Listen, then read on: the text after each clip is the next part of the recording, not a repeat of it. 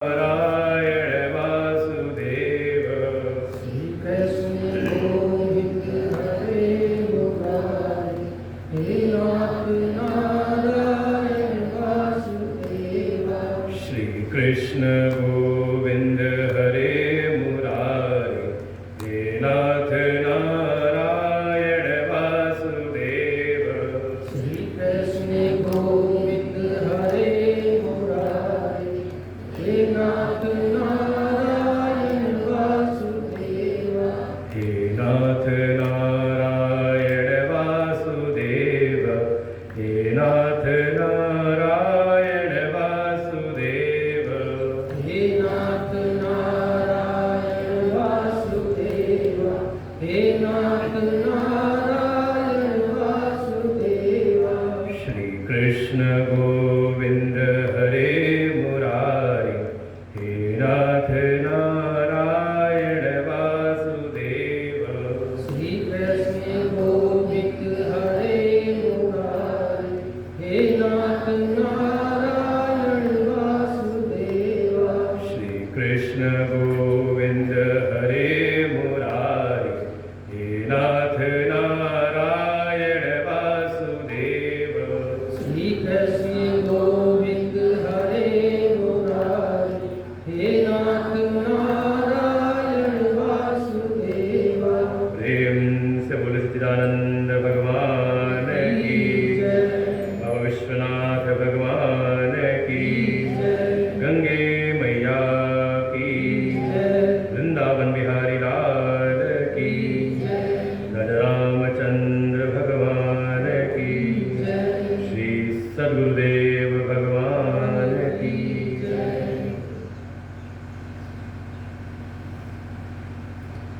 ॐ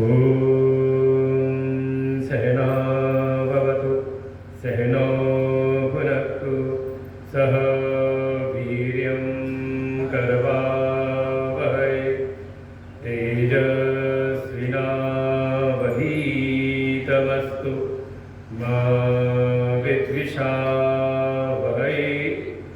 ॐ शान्तिः शान्तिः शान्तिः। शङ्करं शङ्कराचार्यं केशवं बादरायणं सूत्रभाष्यकृतौ वन्दे भगवन्तौ पुनः पुनः। ईश्वरो गुरुरात्मेति मूर्तिभेदविभागिने व्योमवद्व्याप्तदेहाय दक्षिणामूर्तये नमः। सदाशिवसमारम्भां शङ्कराचार्यमध्यमाम् अस्मदाचार्यपर्यन्तां वन्दे गुरुपरम्पराम्। श्रुतिस्मृतिपुराणानाम् आलयं करुणालयं नमामि भगवत्पादं शङ्करं लोकशङ्करम्।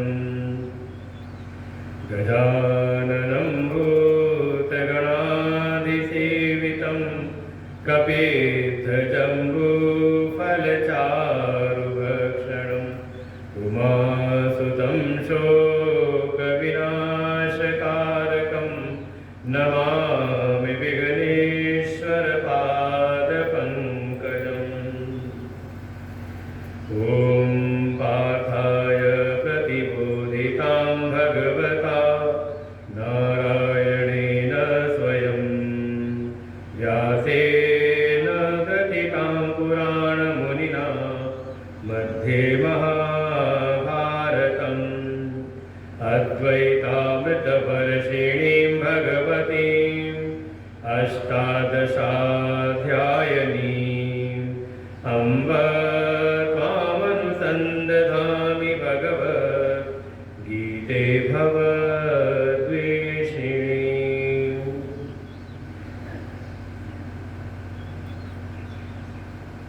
पांचवें श्लोक से पाठ करते हैं। श्रीभगवानुवाच न हि कश्चित् क्षणमपि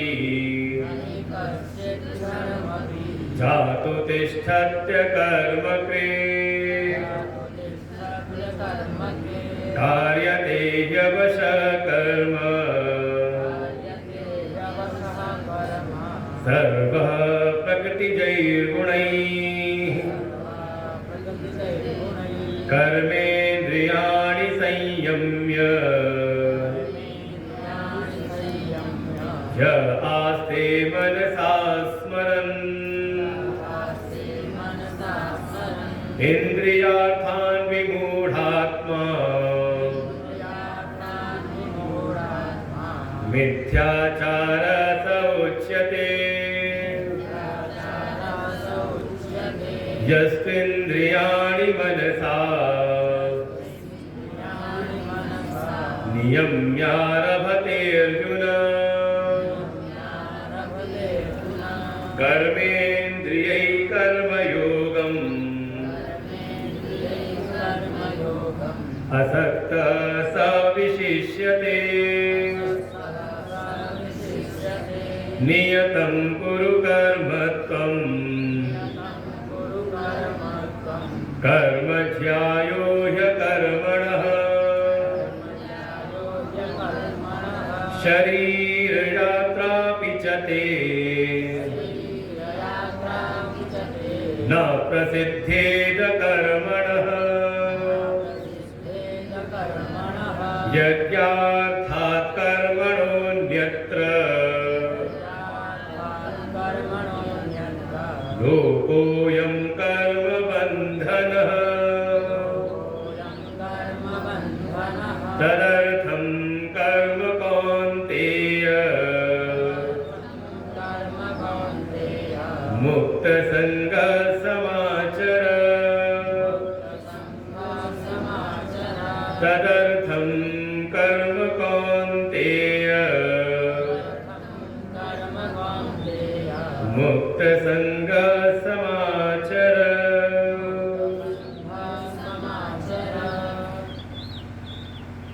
आनंद कंद सच्चिदानंद परात्पर ब्रह्म बाबा विश्वनाथ जी के चरणों में कोटशः नमन। परमात्मा के विभिन्न स्वरूप प्रातः स्मरणीय परम श्रद्धेय परम वंदनीय अनंत शिव घोषित सदगुरुदेव भगवान के चरणों में कोटशः नमन। उपस्थित संतुलिंद आचार्यगण समस्त भगवत भक्त श्रद्धा भक्ति स्वरूपणी मातृशक्ति सबको हृदय से नमन वंदन।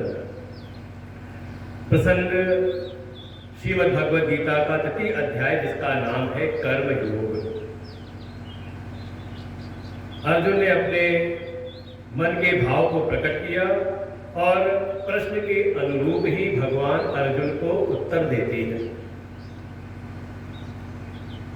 जो ये बात थी कि कर्म क्यों करें, तो भगवान जैसे स्पष्ट एक सिद्धांत स्थापित कर देते हैं कि जो भी देहधारी है,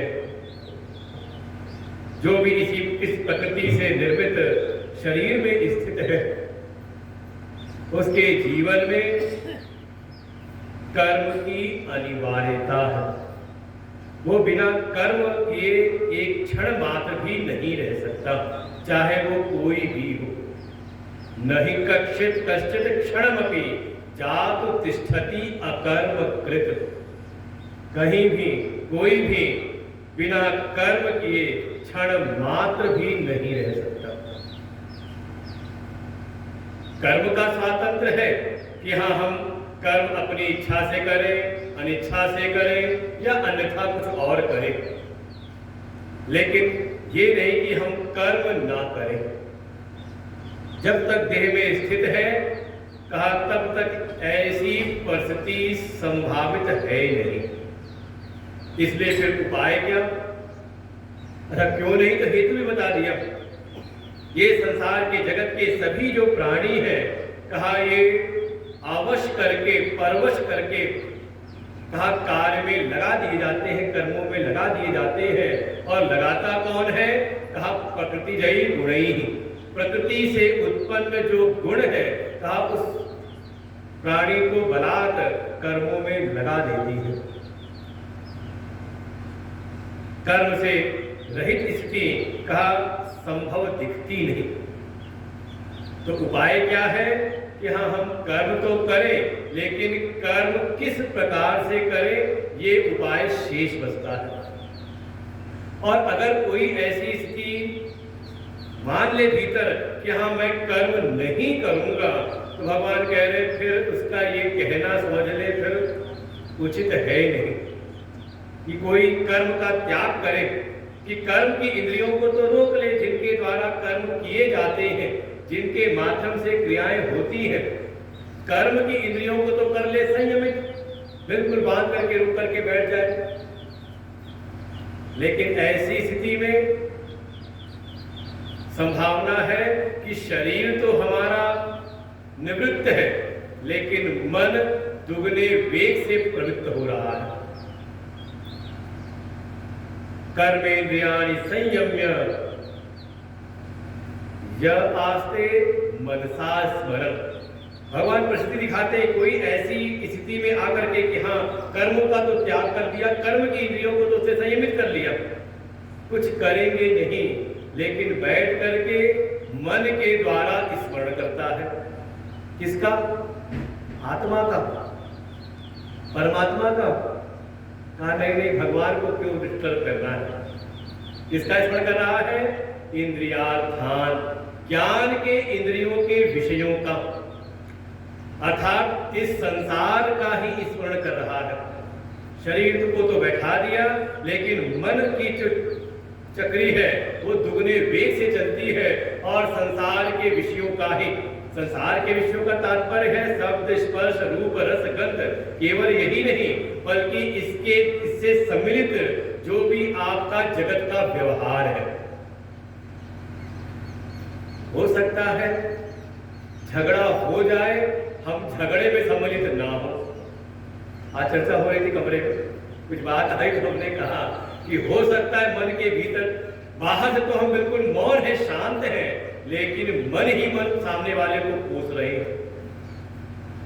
अरे कोस ही क्यों रहे हैं? बाहर भले वाणी तो हमारी मौन है, वाणी तो नहीं हिल रही, लेकिन मन के द्वारा मन भर करके उसको हम अपशब्द बोल देते हैं। तो क्या हो रहा है? हो गई कर्म की स्थिति। कहा नहीं, कायिक जो कार्य है, कायिक जो कर्म है, काया से, शरीर से तो नहीं हो रहे, लेकिन वाणी से नहीं हो रहे, लेकिन मन ही मन आपका पूरा जो अंतरतम है का उसी को भूल रहा है। और देखिए यही समस्या है। बिस्तर पर तो हम लेट गए, लेकिन नींद नहीं आ रही। हम कहे क्यों भाई? जिसको होगा वो उसको पता होना चाहिए। हम चाह तो रहे, समय तो है सोने का, हम लेट गए बिस्तर पर, बढ़िया कमरा है, बढ़िया एसी लगा हुआ है, सारे संसाधन सुव्यवस्थित है, लेट गए, लेकिन नींद नहीं आ रही। क्या हुआ? शरीर तो निवृत्त हो गया, लेकिन अभी मन निवृत्त नहीं हुआ। और क्यों नहीं आ रही? तो कहीं ना कहीं मन भूल रहा है, चिंतन कर रहा है। किसका? संसार का। और जैसे ही मान लीजिए आपका मन शांत हुआ, आप उस जड़ को लाते हैं। यह अनुभव जीवन का व्यवहार है रोज का। नींद ना आए तो दिन चिंतन कर लेना। क्यों? अच्छा, उसी में कोई भक्त हो तो देखो, ये समस्या संसारी के लिए है कि नींद नहीं आ रही, और कोई भक्त हो तो उसके लिए समस्या नहीं है।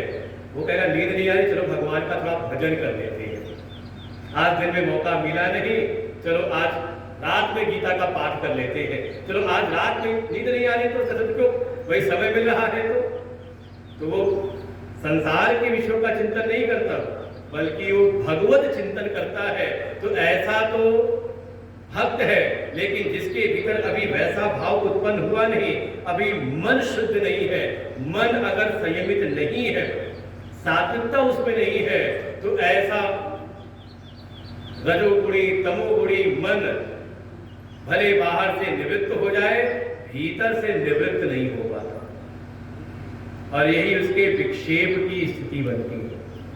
और भगवान तो ऐसे को स्पष्ट कह देते, जिसने बाहर से तो अपने को रोक लिया, लेकिन भीतर नहीं रोक पाया, तो भगवान स्पष्ट उसको फिर कुछ संज्ञाएं देते हैं। 2 संज्ञाएं दी थी। हाँ जी, हम तक आवाज नहीं आ रही।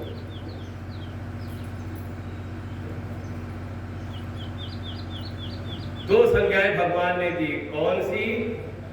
विमूढ़ात्मा, मिथ्याचार। वो फिर विद्वान नहीं है, ज्ञानी नहीं है, बाहर से भले उसकी बड़ी ख्याति हो विद्वत्ता की, लेकिन बाहर से निवृत्त और भीतर से अशांत है, तो वास्तव में उसको फिर जाना पड़ता है मनुष्य चिकित्सक के पास में। और देखिए, मन की बीमारी यही है, बाहर से तो हम कुछ कर नहीं पा रहे, लेकिन भीतर चल रहा है घमासान। भगवान कहते हैं विमूढ़ आत्मा, वो विशेष प्रकार से भी मूढ़ स्थिति में है। मिथ्याचार, ये बाहर की जो निवृत्ति दिखाई दे रही है, वास्तव में निवृत्ति है नहीं, क्योंकि अभी अंदर तो प्रवृत्ति चल रही है। अच्छा, जैसे हमारी गाड़ी है, देखो गाड़ी वाहन जो हमारा, उसकी कई स्थिति हो सकती है। एक स्थिति तो ऐसी है कि इंजन भी चल रहा है और वाहन भी चल रहा है, गति में है। एक स्थिति ऐसी है कि इंजन तो चल रहा है लेकिन गाड़ी रुकी हुई है, बाहर से खड़ी है लेकिन इंजन चल रहा है, अंदर कोई बैठा है इसे चला करके। और एक स्थिति ऐसी है कि गाड़ी ढलान पर आ गई है या मोशन में थी, चल रही थी गाड़ी, इंजन बंद हो गया, लेकिन फिर भी गाड़ी, वैसे आज का संभावना कम है ये अब,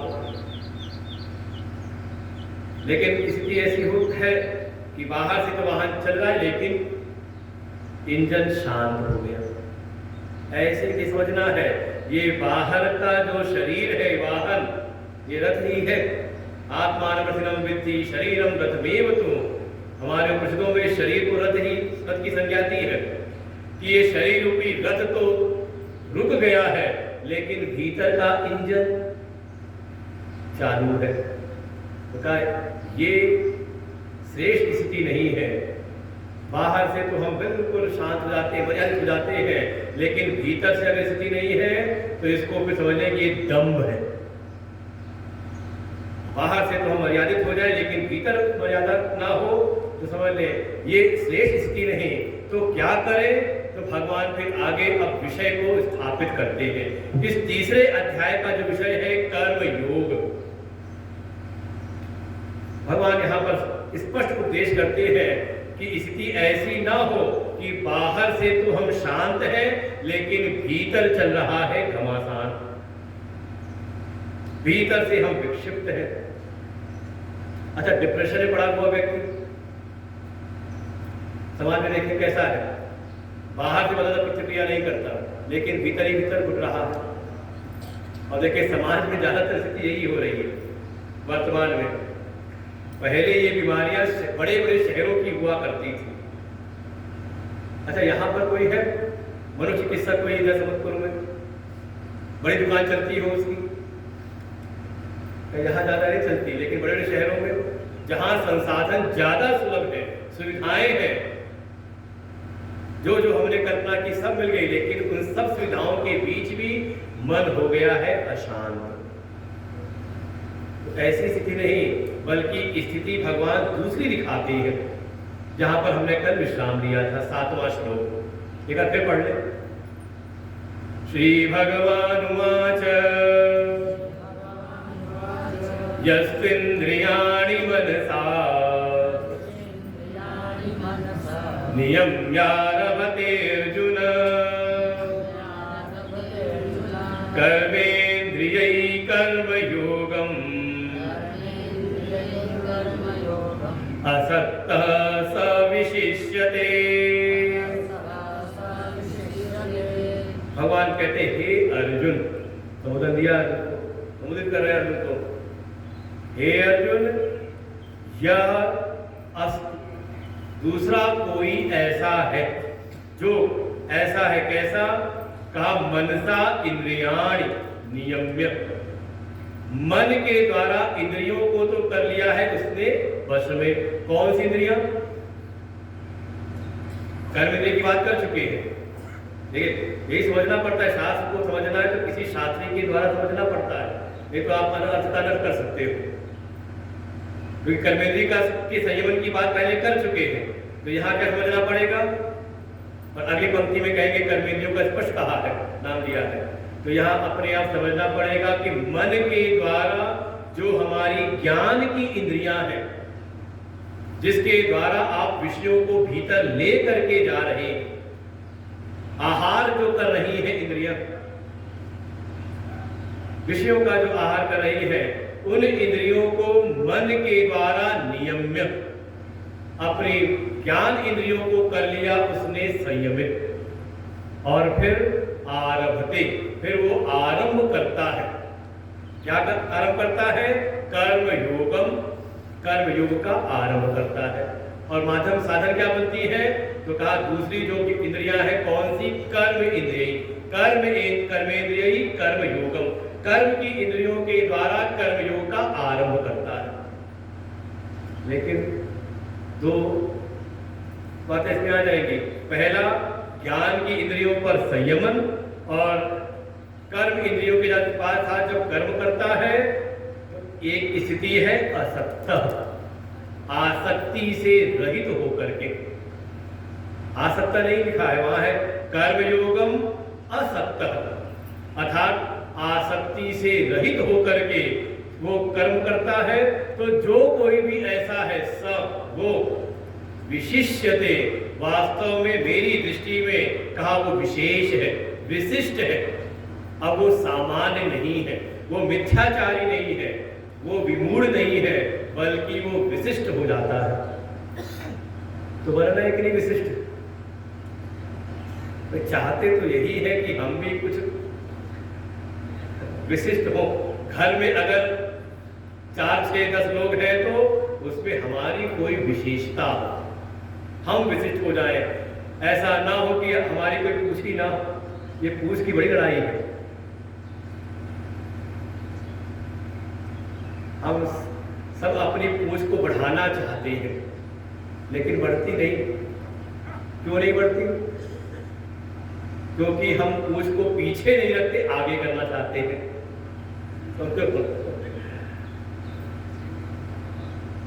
और पूछ बढ़ती किसकी है? कहा जिसमें हिम्मत हो अपनी पूछ में आग लगाने। वही आज मंगलवार है तो हनुमान जी का स्मरण, तो आज मंगलवार है तो दिन याद नहीं आता हमको, तो हनुमान जी खुद ही आ गए। है कि नहीं सिद्धांत समझे कथा को? हम चाहते तो है कि हमारी पूछ बढ़े, हर जगह हमारी पूछ, और एक ऐसी स्थिति हो जाए कि आपकी पूछ ना हो तो लगता है जीवन ही व्यर्थ है, बेकार, कोई पूछता ही नहीं। दिन भर अगर कोई फोन ना आए आपका, और आजकल तो है दिन भर घड़ी उठा के मोबाइल देखते, कोई मैसेज तो नहीं आया, ना आए दिन भर, तो लगता है बड़ी मायूसी सी लगती है। हम अपनी पूछ, मतलब अपने को हम चाहते तो है कि हम विशिष्टता को प्राप्त करें, विशिष्ट हो जाएं, लेकिन आचरण कैसा कर रहे हैं? कहा जो हमें सामान्य से भी नीचे ले जाने वाला है। भगवान कह रहे हैं सब विशिष्टते, वो विशेषता को प्राप्त होता है। कौन?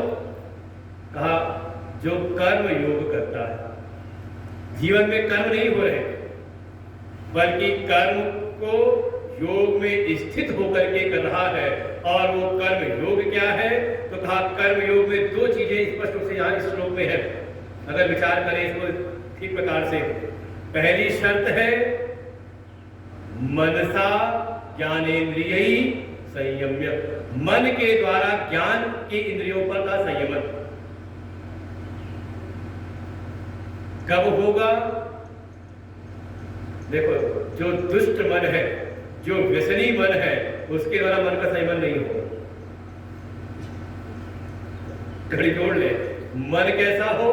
पहले मन हो सुसंस्कृत, सुसभ्य, सात्विक हो, मन संस्कारित हो। तो ऐसे संस्कारित मन के द्वारा हमारी इंद्रियां संयमित होती हैं। अब जीवन में देखें, सभ्य असभ्य व्यक्ति को आप कैटेगरी बना लो, उसमें ऐसे ही होगा। जिसका मन पर संयमन है, वो चाहे भीतर कुछ भी चल रहा, वो अपने आप को रोक लेता है। और जिसका मन अभी संस्कारित नहीं है, श्रेष्ठ मन नहीं हुआ है, सुसंस्कृत मन नहीं हुआ है, तो चाहे कितना भी उसने प्रण किया हो, प्रतिज्ञा कर रखी हो कि आज के बाद ये दुर्व्यसन हम नहीं करेंगे, जरा सा मौका आ जाए तो अरे फिर उतर पड़ता है। हमें ट्रेनों में देखा है, जितनी मित्रता थी ट्रेनों में, तो जितना समाज में जितनी उदारता व्यसनियों में होती है उतना संस्कार वालों में कम होती है। जो भी व्यसनी होता है अकेले व्यसन नहीं करता, वो चार को इकट्ठा जरूर करता है। मुझे लगता है कि वो वहीं से कहावत चली होगी, हम तो डूबेंगे सनम, हम तो मरेंगे लेकिन तुमको भी चार को ले करके। देखिए बिल्कुल ये स्थिति है समाज में। देखें अच्छा, खैनी खाने वाला होगा तो अकेले नहीं खाते, देखा हमने। पश्चिम में यूपी में वहां बीड़ी पीने वाला होगा तो अकेले नहीं पिएगा। शराब पीने वाला सब में है कहीं ना कहीं चीजें। और कई बार कहेंगे क्या, हम तो नहीं चाहते थे, दोस्तों ने खिला दिया, दोस्तों ने पिला दिया। अच्छा, कुछ जगह कहें अगर कोई आपका बिल्कुल घनिष्ठ मित्र हो और वो आपके सामने रख दे जहर, तुझे दोस्ती का वास्ता है ये पी ले, पियोगे? पियोगे आप? पता है कि जहर है, पियोगे आप? अरे दोस्ती गई एक किनारे। क्या है वास्तव में, जो दोस्त है, यार है, वो केवल माहौल बना रहे हैं, आपको अनुकूल, आपको खाद पानी दे रहे हैं। वो व्यसन की जो वासना, जो बीज है, वो हमारे चित्त में बैठी हुई है। समझने की बात है। इसलिए कहा मन के द्वारा संयमित होगा, लेकिन मन कैसा हो? कहा संस्कारित मन हो, विवेकी मन हो। अगर मन विवेक से संचालित नहीं है तो समझ ले बुद्धि, देखो भीतर बुद्धि भी है, बुद्धि को नहीं कहा, बुद्धि से नेतृत्व नहीं कहा। बुद्धि निर्णय कर देती कि ये हितकारी है, ये अहितकारी है। अच्छा बुरा बुद्धि निर्णय कर लेती कि नहीं, ये खाएंगे, ये भीतर ले जाएंगे तो दिक्कत होगी, निर्णय दे देती है। लेकिन संचालन कौन करता है? मन। अरे कर लेते, मजा लेने वाला कौन है? इस चीज में अच्छा है, खराब है, ये वस्तु हितकारी है, अहितकारी है, ये निर्णय तो बुद्धि कर लेती है। लेकिन बीच में जो मन है वो कहता नहीं, मजा आएगा कि नहीं आएगा। ये कौन है? का भीतर मन है। इसलिए मन के लिए साधन ज्यादा बताए गए। हमारे उपनिषदों में तो स्पष्ट कह दिया जाएगा, मन एव मनुष्याणाम कारणम बंध मोक्षयोः। ये मन ही कारण है बंधन का भी। हम मन के द्वारा, मन के कारण ये बनते भी हैं संसार में, और मन के द्वारा ही हम मुक्ति के मार्ग में आगे बढ़ जाते हैं। साधन बनता है मन ही। बस ये मन कैसा है? मन शुद्ध है या अशुद्ध है? मन संस्कारित है या कुसंस्कारित है? कैसे संस्कार इसके भीतर है? तो पहला जोर हो मन के संस्कार। अच्छा, मन को संस्कारित करना हो तो कैसे करें? तो थोड़ा मन को भी विचार करो, मन है क्या? कभी सोचा ये मन को खूब गालियां पड़ती हैं, हाय रे अपने मन को ही देते हैं सबके सब, लेकिन मन है क्या? तो विचार करें तो मन कुछ और है नहीं। जैसे हम पूछे नदी किसे कहते हैं? नदी क्या है? कोई कहे जल, कहा केवल जल है, जल तो तालाब में भी है, सरोवर में भी है, कुएं में भी है। नदी किसे कहेंगे? कहा जिसमें अविरल प्रवाह चल रहा। जल के अविरल प्रवाह का नाम है नदी। ऐसे ही मन है, वृत्तियों के प्रवाह का नाम है मन। ये जो भीतर विचार चल रहे हैं, वृत्त्यात्मकः मनः, ये जो भीतर अनवरत अनेकों आप कभी कभी बैठो ध्यान करो तो देखो, साक्षी भाव से के देखें। जैसे कभी गंगा जी के किनारे बैठो तो देखो लहरें आ रही है जा रही है, आ रही जा रही, अनंत बिल्कुल लगातार जा रही है। ऐसे कभी ध्यान में बैठे साक्षी बन के अपने मन के देखे कितनी वृत्तियां आ रही है। एक वृत्ति उठी शांत हुई, अगली खड़ी हो गई। हजारों हजार मन के विचार चलते रहते हैं। ये जो अनवरत विचार चल रहे हैं इसी का नाम है मन। तो अगर मन को ठीक करना है तो किसको ठीक करना पड़ेगा? विचारों को। और विचार को ठीक करना है तो उसके लिए ही साधन है सत्संग, और कोई उपाय नहीं है। और हमारे गुरुदेव तो कहते हैं इस बात को बड़ा अच्छा, कहते हैं मन को अगर ठीक करना है तो मन है वृत्तियों का प्रवाह, विचारों का प्रवाह ही मन है। तो आपको विचारों को संयमित करना पड़ेगा। 3 चीजें करनी पड़ेगी। पहले तो विचारों की जो गुणवत्ता है, विचारों का जो गुण है, आपको पहले उसको सुधारना पड़ेगा। विचार कैसे प्रभावित हो रहे हैं? बुरे विचार से बचे, अच्छे विचारों को। तो अच्छे विचार कहाँ मिलेंगे आपको? का सत्संग में, शास्त्रों के स्वाध्याय में। इसके लिए अच्छा, इसी के लिए है उपासना। जो हमारे यहाँ देव उपासना का विधान है उसमें भी कहीं न कहीं यही कारण है। नाम दिया उप आसन। उप माने समीप, आसन माने बैठना। जिसके साथ आप बैठते हो उससे आपके मन के विचार प्रभावित होते हैं। ये तो एक सामान्य सी बात है। तो तोते की कहानी सुनाई जाती है कि एक तोता रहा साधु के संग में तो राम राम बोल रहा है, और एक तोता रहा किसी दुष्ट के पास में तो छूटते ही गाली देता था। कारण किसका था? कहा उसके संग का। उपासना, जब हम श्रेष्ठ के समीप, भाई जो हमारे देव है, देवताओं के समीप बैठते हैं, देवता अर्थात जो सद्गुणों से संपन्न है।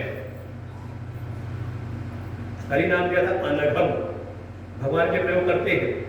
शांतम शाश्वतम अप्रमेयम अनघम, जो परम शांत स्वरूप है, शाश्वत शांति भी उनकी कोई बनने बिगड़ने वाली नहीं है। शाश्वत शांति में जो स्वयं स्थित है, निर्वाण स्वरूप है, निष्पाप है, परम शुद्ध है। तो ऐसे परम शुद्ध के पास जब हम बैठते हैं तो उससे हमारे विचारों की शुद्धि होती है। इसलिए भगवान की सन्निकटता बड़ी आवश्यक है। बाहर भी और भीतर भी भाव बना रहे कि हाँ, परमात्मा तो कण कण में है तो हृदय में भी है। सबसे पहला है विचारों की गुणवत्ता को शुद्ध करना।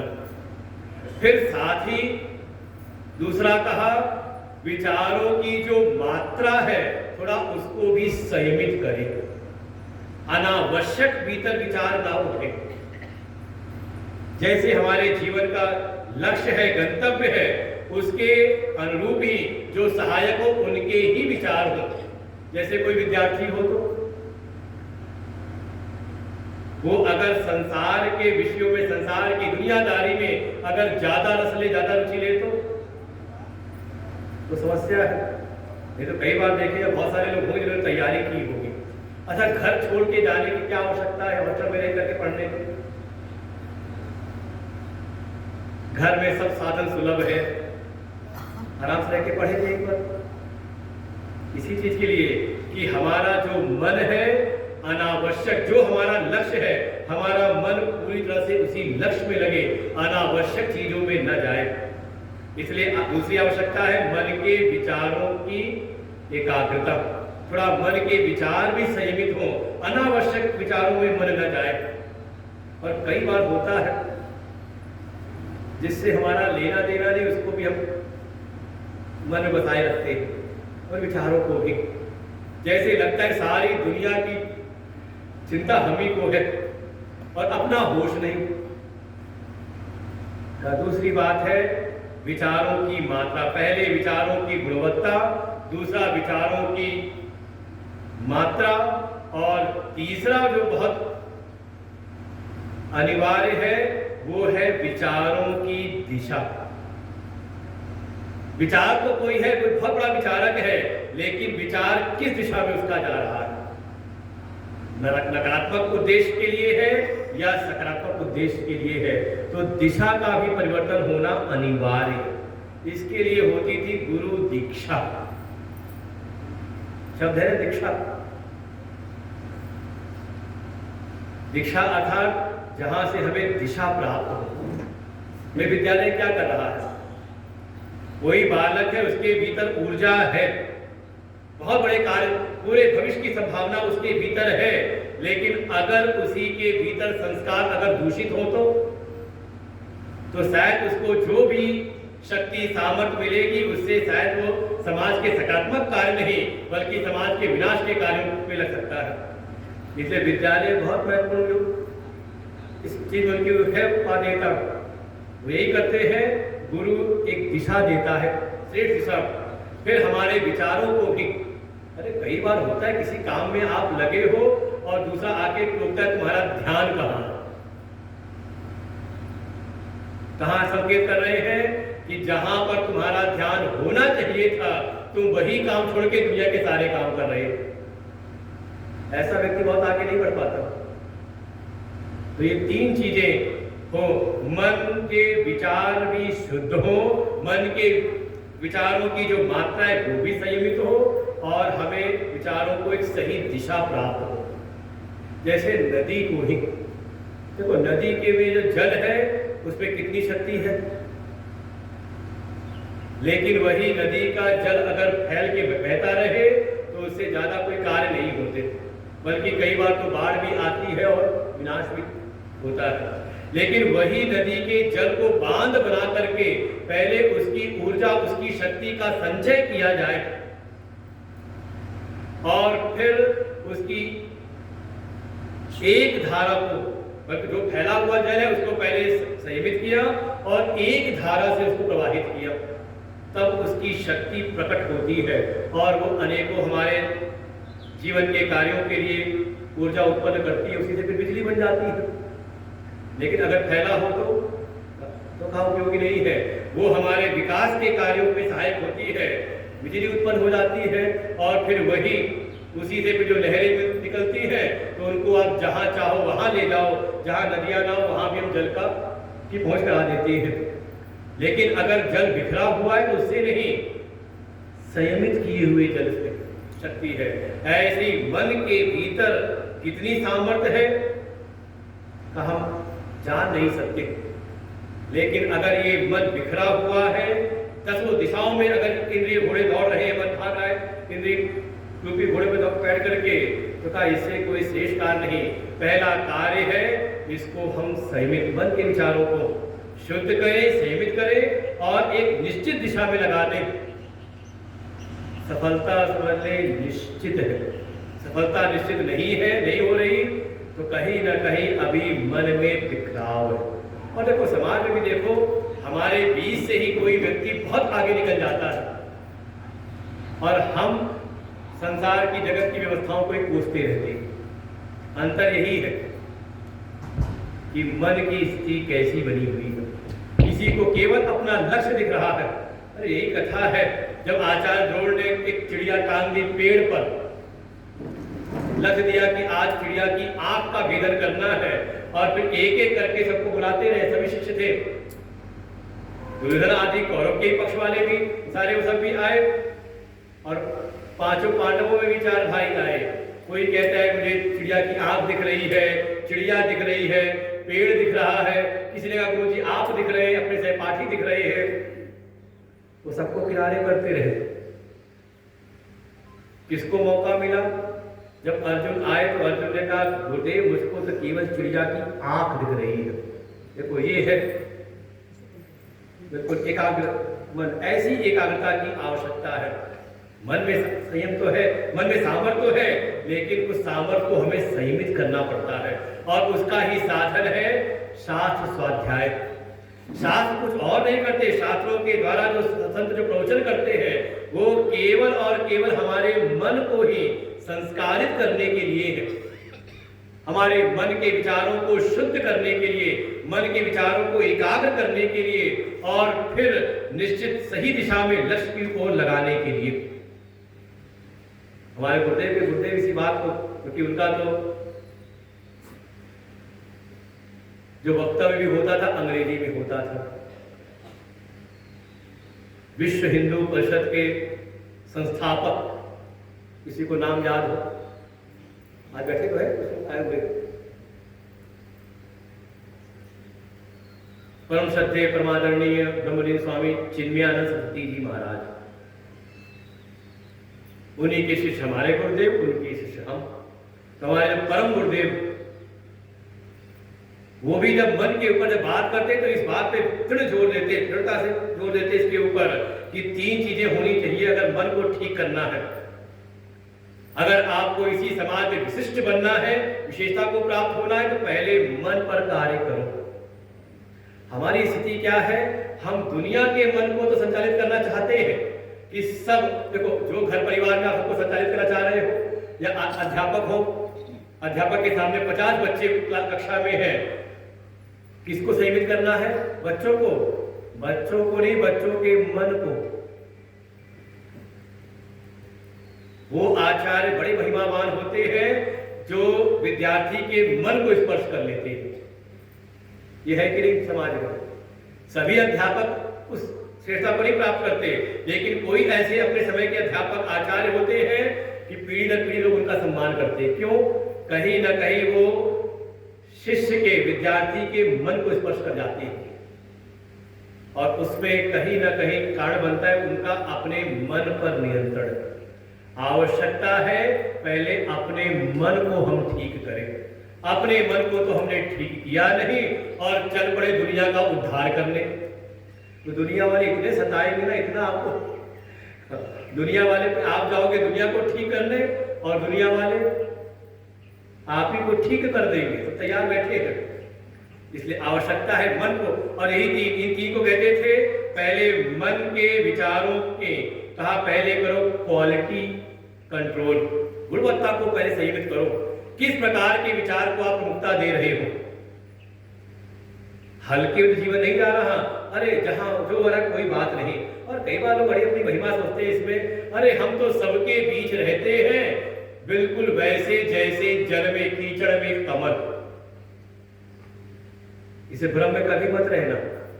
आप जिस परिवेश में, जिस देश काल व्यवस्था में रहते, उसका सूक्ष्म प्रभाव आपके मन के ऊपर पड़ता ही पड़ता है। आज नहीं दिखाई दे रहा, कल दिखाई देगा। आप रोज सत्संग में आना शुरू कर दो, नियमित शास्त्र का चिंतन स्वाध्याय करो, अच्छे संग में रहो।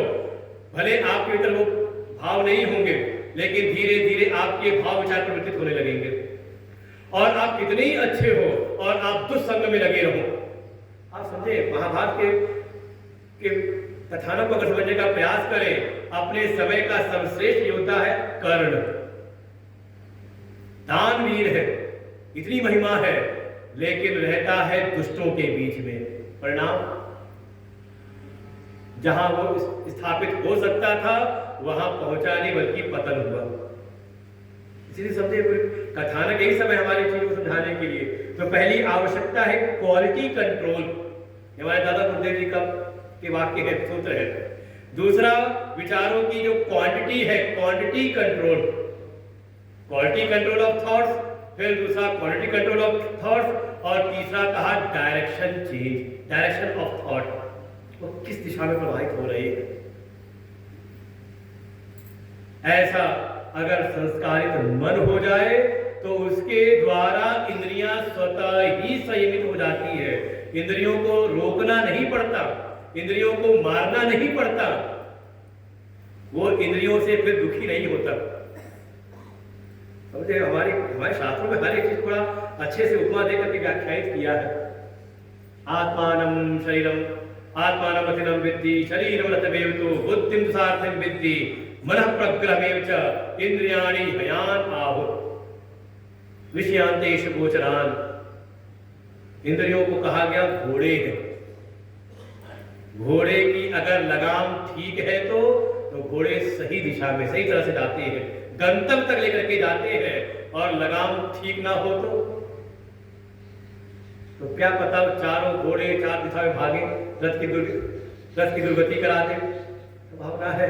इसलिए इंद्रियों पर ज्यादा जोर नहीं, जोर है पहले मन पर। मन सा नियम्य इंद्रियाणी, ज्ञान इंद्रियाणी, शुद्ध सात्विक मन के द्वारा पहले इंद्रियों का जो संयमन कर ले, और फिर उसके जीवन में फिर आरंभ होता है कर्मों का।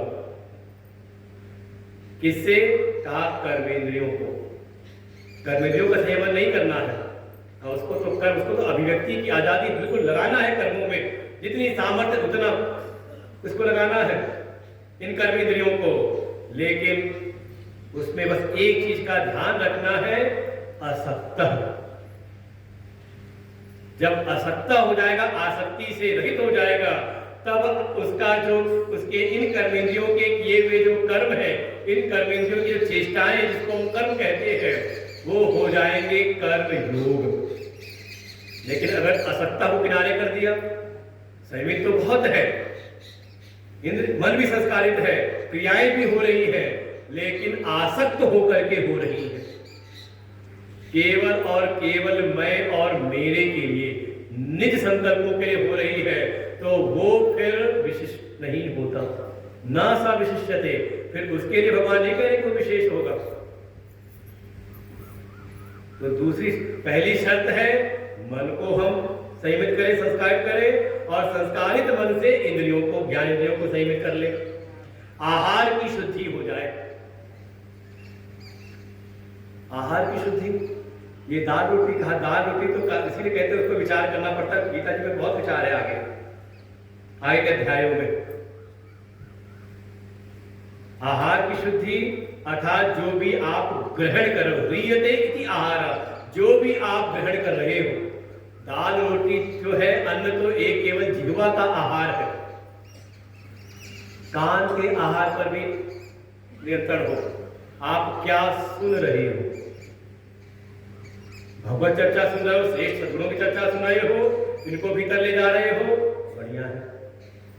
और श्रेष्ठ चर्चा में आपकी रुचि नहीं है, बल्कि दुनियादारी निंदा बुराई में है, तो गोस्वामी कहेंगे ये फिर श्रवण नहीं, कान नहीं है, कहते अहिभवन समाना, ये फिर सांप के बैठने का स्थान, सांप का घर है, सांप का बिल है, जो केवल जहर ही लेकर के बैठा हुआ है। हम क्या देख रहे हैं, हम क्या सुन रहे हैं, हम क्या भीतर ग्रहण कर रहे हैं, इसका प्रभाव पड़ता है। तो पहला है आहार की शुद्धि। आहार शुद्धो सत शुद्धि, सत शुद्धो ध्रुवा स्मृति। आहार की शुद्धि पर विशेष जोर होना चाहिए, पहली शर्त है कर्मयोग की। और फिर जब आहार की शुद्धि हुई, भीतर सात्विकता, संस्कारों का वर्धन हुआ, तब आप फिर अपनी अभिव्यक्ति करिए। बस उस अभिव्यक्ति का केंद्र केवल मैं और मेरा ना हो, केवल निज संकल्प ना हो, स्वार्थपरता ना हो, बल्कि अपने निज संकल्पों का हम विलय करें श्रेष्ठ के संकल्पों में। अब इसको ऐसे समझें कि परिवार में कोई ऐसा है जो केवल अपने लिए सोचता है, खूब काम करता है, खूब मेहनत करता है, लेकिन उसका केंद्र होता है मैं और मेरे की बड़ी सीमा है। नए जमाने के वाक्य है हम दो हमारे दो, और उन हमारे दो में माता पिता नहीं है। इतनी संकीर्णता है, तो क्या उसको आप विशिष्ट मानोगे? ये कहने का तात्पर्य है कि अगर हम ऐसे हैं तो क्या हम विशिष्ट हो सकते हैं? फिर कोई ऐसा है वो परिवार के लिए तो खूब सोचता है, लेकिन समाज के प्रति बिल्कुल उदासीन रहता है। तो शायद ठीक है, पहले की अपेक्षा दूसरा विशिष्ट होगा, लेकिन आगे वाले की अपेक्षा कहा ये विशेषता पर प्राप्त नहीं होगा। अब इसी आधार पर समझे, अगर आज हम स्वतंत्र भारत में बैठे हैं तो बहुत लोगों ने अपने जीवन की आहुतियां दी है। उन्होंने अपने पारिवारिक दायित्वों को किनारे करके राष्ट्र के दायित्व को उन्होंने सर्वोपरि किया। तो आज वो हमारे लिए सम्माननीय है, पूजनीय है, आदर्श है हमारे लिए। क्यों रहे, विशिष्ट क्यों हुए? क्योंकि बहुत सीमित नहीं रहे, थोड़ा बढ़ना पड़ेगा ऊपर। अपने निज संकल्पों का विलय अपने व्यष्टि संकल्पों का विलय समष्टि के लिए करें और ऐसे ही विस्तार करते हुए भावना ऐसी हो जाए, भीतर थोड़ी आ जाए भक्ति, और भक्ति ज्ञान से संयुक्त हो। केवल अपने इष्ट की उपासना नहीं, इष्ट की उपासना करते हुए ऐसा हृदय का भाव शुद्ध हो जाए कि अपने इष्ट ही सारे ब्रह्मांड में आपको दर्शन होने लगे। निज प्रभुमय देखई जगत, ये स्थिति आ जाए, सिया राममय सब जग जानी।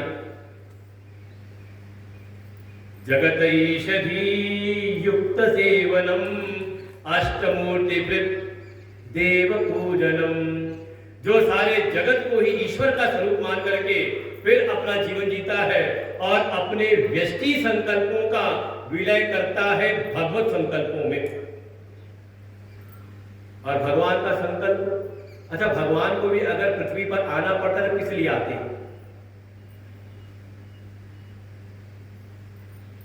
क्या उद्देश्य है, प्रयोजन क्या है भगवान के अवतार का? वैसे अगर आप नहीं बता पाओगे तो हम कुछ कहेंगे नहीं, क्योंकि ये प्रयोजन जो भगवान का अवतार का है ना, वो अगले अध्याय में है। हाँ, 5वां अध्याय सुन रहे होते तो हम जरूर कहते कि चौथा अध्याय पढ़ा दें। तो चौथे अध्याय भगवान ने प्रयोजन बताया है, धर्म संस्थापनार्थाय संभवामि युगे युगे।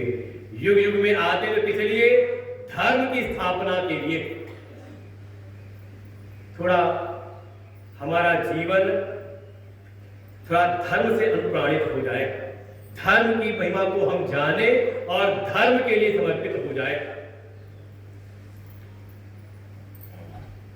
यही हो जाएगा। फिर वो असक्तः, और वही हो जाएगा सविशिष्यते। और अनेकों उदाहरण है हमारे पास में। हमें लगता है राजनीति का क्षेत्र है यहाँ, तो फिर राजनीति से देख ले। अगर कोई बड़ी व्यवस्था से, बड़ी महिमा से अगर आज नीचे गिर रहा है तो लगता है कहीं न कहीं जो संकल्प है वो स्वार्थ प्रेरित है। कि सैकड़ों साल की जो विरासत प्राप्त हुई, आज उसको नष्ट भ्रष्ट कर दिया। नाम तो समझ गए होंगे आप, बड़े बड़े नाम दे रखे हैं उनको। क्यों दे रखा है, नाम क्यों दिया आपने? वो हमारे व्यंग का पात्र क्यों बना? कहीं ना कहीं लगता है कि इतनी बड़ी विरासत और उसको ना ले संभाल पाना, तो कहीं ना कहीं आत्ममुग्ध जीवन है। और कोई ऐसा कि बिल्कुल एक सामान्य परिस्थिति से आज वो बिल्कुल विश्व स्तर का अगर उसको प्रतिष्ठा प्राप्त हो रही है, तो कारण तो कुछ होगा। समझ गए होंगे? तो आगे चलते हैं। 2 चीजें ध्यान रखनी है। एक तो आहार शुद्धि, अभिव्यक्ति नहीं, पहले आप भीतर क्या लेके जा रहे हो इसके ऊपर आपका नियंत्रण है कि नहीं। पहले भीतर शुद्धि हो, अंतर शुद्धि हो, और ऐसे संस्कारित मन के बाद जब इंद्रियां संयमित होती है, भीतर शुद्धि आती है, तो दूसरा फिर जो आपकी अभिव्यक्ति हो वो स्वार्थ प्रेरित ना हो, आत्म केंद्रित बहुत ना हो, असक्त अनासक्त हो करके। तो ऐसा प्राणी वो पर समझ ले, फिर वो कर्म नहीं कर रहा, वो आ गया है कर्म योग में। इसका नाम है कर्म। कर्म प्रेरित है अपनी कामनाओं से, कर्म प्रेरित है अपने निज स्वार्थ से, कर्म प्रेरित है अपने निसंकल्पों से। तो समझ ले वो कर रहा है, लगा हुआ, उसके कर्म कर्म कहलाएंगे, उसकी क्रियाएं, उसकी चेष्टाएं। और वही कर्म की जो प्रेरणा है वो निज संकल्प, निज स्वार्थ जब किनारे हो गया और वहां पे समष्टि के संकल्प आ गए, कोई श्रेष्ठ का संकल्प आ गया, तो वही फिर हो जाता है कर्म योग। अच्छा, खुद खा करके ज्यादा प्रसन्नता मिलती है दूसरों को खिला करके, ये हमारी माताओं का प्रसन्न है। शायद हो सकता है घर में कभी कोई ना हो तो माताएं घर में रसोई भी ना बनाए, है कि नहीं? अब हम कहें कि अब तो आज घर में कोई नहीं है, बढ़िया पकवान बनाओ अपने लिए, बनाओ और खाओ। नहीं, अब रसोई घर बस काम चलाओ हो जाएगा, चाय पी करके ही काम चल जाए। और घर में आ जाए मेहमान तो हृदय उदार, और दूसरी बात भी है, शायद हम सूखी दाल रोटी खा के काम चलाते हो, लेकिन 4 मेहमान आ जाए तो और क्या बना ले, क्या है। देखिए स्वाभाविक प्रेरणा है आपके भीतर की, आप त्याग करके दूसरे के लिए करके ज्यादा सुखी होते हैं, लेकिन सांसारिक माया से इतने प्रभावित हो गए कि हमने अपनी स्वाभाविक वृत्ति के ऊपर डाल दिया पर्दा और अस्वाभाविक जीवन जीने लगे, इसलिए दुख बढ़ गए हमारे। संसाधन ज्यादा हुए, लेकिन वो संसाधन हमें फिर तृप्त नहीं करते, संतुष्ट नहीं करते। अच्छा दूसरी बात और भी है, अब आज के समय में पहले सुनते इसके, बच्चा अगर लापरवाह हो रहा, लड़का लापरवाह हो रहा हो तो कहते इसका ब्याह कर दो। तो क्या ब्याह करने से बच्चे सुधर जाते हैं? कहा नहीं, अभी शायद केवल अपना जीवन दिखाई दे रहा है ना, शायद अभी माता पिता परिवार से मन जुड़ नहीं रहा, लेकिन वही जब दायरा हो जाए कि ये मेरा परिवार है, मेरी पत्नी है, मेरा बच्चा है। देखो अपने बच्चे के लिए पिता लापरवाह नहीं होता। एक घटना घटी कि एक व्यक्ति अपना धूप में फावड़ा लिए खुदाई का, धूप से दिन के 12 बजे बज रहे हैं और धूप में फावड़े की तैयारी खुदाई कर रहा था। वही उसके पिता बैठे थे छांव में किनारे, वो कहते रहे बेटा धूप बहुत तेज हो गई, अंदर आ जा, आजा अंदर आजा, बाद में शाम को कर लेना। अरे फोन बंद कर लिया करें बीच में, ये सब विघ्न कारक यंत्र है। वो पिताजी बार बार कहे अरे बेटा धूप बहुत देर हो गई, अंदर आजा, शाम को कर लेना, कल भोर में कर लेना। वो नहीं आता, बार बार कहे भी नहीं आता। तब पिताजी को गुस्सा आया और वही छांव में अपना पोता था उसको उठा के ले जाकर के धूप में रख दिया। अब बताओ स्थिति, पिता के भीतर जो भावना है उस बच्चे को समझ में नहीं आ रही अभी कि पिताजी क्यों ऐसा कह रहे हैं। वो केवल चिढ़ता भी, कुटकुटाता भी, बिना मतलब बोले जा रहे हैं।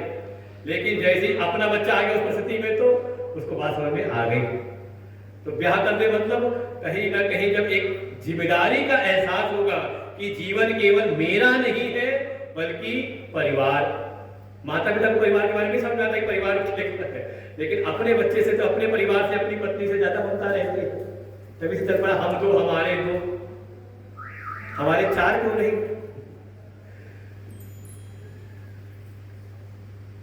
यही कहा विशिष्यते, जब हमारे जो संकल्प है वो श्रेष्ठ के लिए, बड़े के लिए समर्पित हो जाए, केवल आत्म केंद्रित ना रहे, तो वो कहलाता है अब वो लग गया कर्म योग में।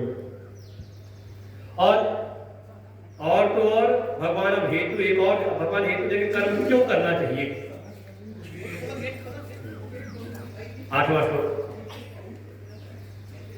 नियतं कुरु कर्मत्वं कर्म ज्यायो ह्यकर्मणः शरीर यात्रापि च ते न प्रसिद्धेद कर्मणः नियतं कुरु कर्मत्वं कर्म ज्यायो ह्यकर्मणः शरीर यात्रापि च ते न प्रसिद्धेद कर्मणः। जो अर्जुन ने बात कही थी तद एकम वद निश्चित्य, वो प्रश्न को नहीं भूलेंगे, इसे बहुत समय लगाया था प्रश्न के ऊपर, 2 दिन हम प्रश्न में चलते रहे थे। प्रश्न अगर भीतर बैठ जाए तो आगे सब इतना नींव मजबूत हो जाए तो आगे बिल्डिंग बड़ी अच्छी बढ़ती चली जाती है। अर्जुन ने प्रश्न में कहा था ये मिली जुली बात मत मुझसे कहिए, मुझको निश्चित एक बात बता दिए, तद एकम वद, मुझको वो एक बात निश्चित करके बताइए, येन श्रेयो अहम आपनुयाम, जिसके द्वारा मुझको श्रेय की प्राप्ति हो। भगवान अब निश्चित पर कहते हैं कि जो तुमने पूछा था निश्चित, भगवान कहते हैं त्वम नियतम कर्म कुरु। देखो आदेश हो गया, विद्वान को समझ सकते कुछ इसको, तुम नियत कर्म करो। क्यों करें तो हेतु बिठा देते हैं, क्योंकि कर्म ज्यायो ही अकर्मण, क्योंकि अकर्म से, आलस्य पूर्ण जीवन से कुछ करना श्रेयस्कर है, श्रेष्ठ है। आज तो बंद कर ले ये सब। एक प्रकार से अनुशासनहीनता है। अब आजकल के प्रवचन कथाओं में सब चीजें मान्य नहीं होती, वहां संगीत की धारा चल रही है, वो वक्ता भी होते बस हो जाएगा। लेकिन हमने पहले भी कहा था यार, कथा नहीं हो रही, ऐसा लो गीता जी की कक्षा है और देखो हमने प्रारूप को ही दे रखा है। यहाँ केवल सुनना नहीं, यहाँ पढ़ना भी है। जो आचार्य लोग होंगे उनको लग रहा हो कि हम स्कूल में बैठे हैं, अनुभव हुआ कि नहीं स्कूल जैसा, विद्यालय जैसा। तो वैसे उसी तरह से रहे। अब विद्यालय में अगर मास्टर साहब आए और हर बच्चे के हाथ में फोन हो और घड़ी घड़ी सबकी घंटियां बजती रहे तो क्या होगा? अनुशासनहीनता है, कहीं न कहीं आचार्य की अवमानना है। ऐसे ही अब वो समाज में जो फैल गया है प्रारूप कथाओं का, वो वास्तव में व्यासपीठ की अवमानना होती है कि आप आए हो, व्यासपीठ के सन्मुख बैठे हैं और आपने व्यासपीठ के सामने बैठ के व्यासपीठ से ज्यादा महत्व दे दिया किसी और को। अब आप ही के यहाँ की कहावत है,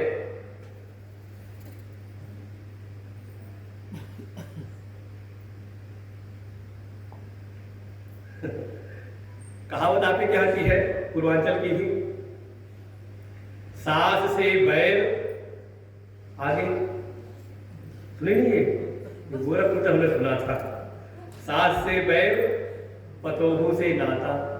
अब कोई आए, घर में आए, लेकिन घर की जो मलकिन है उनको भाव ना दे और चाहे बहुओं के पास जाकर के बैठे, खूब बतियाए, खूब गप लगाए और चली जाए तो फिर क्या होगा? घर में काफी विस्फोट होगा जाने के बाद। तो कहीं ना कहीं आप आए मंदिर में या आए आप सत्संग में, व्यासपीठ के सम्मुख बैठे हैं, व्यासपीठ की मर्यादा को आपने किनारे किया और आपने भाव दिया संसारिक कर्म को, तो आप चाहे जितना भी व्यवस्थित करने का प्रयास करो, कभी वो ठीक होंगे नहीं। फिर आपको भागवत कथा सुनना तो वहां पे आएगा, जब जब भक्त भगवान से मन को भगवान आए उनके बीच में, और जब जब भगवान से भक्त ने मन को हटाया, भगवान उसी समय किसी न किसी दुर्घटना को कर देते हैं आगे।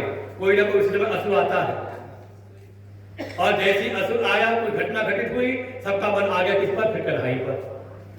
भगवान के फिर यही समझ ले, भगवान पे अगर मन लगा लिया एक बार तो उसी में लगाए रखो।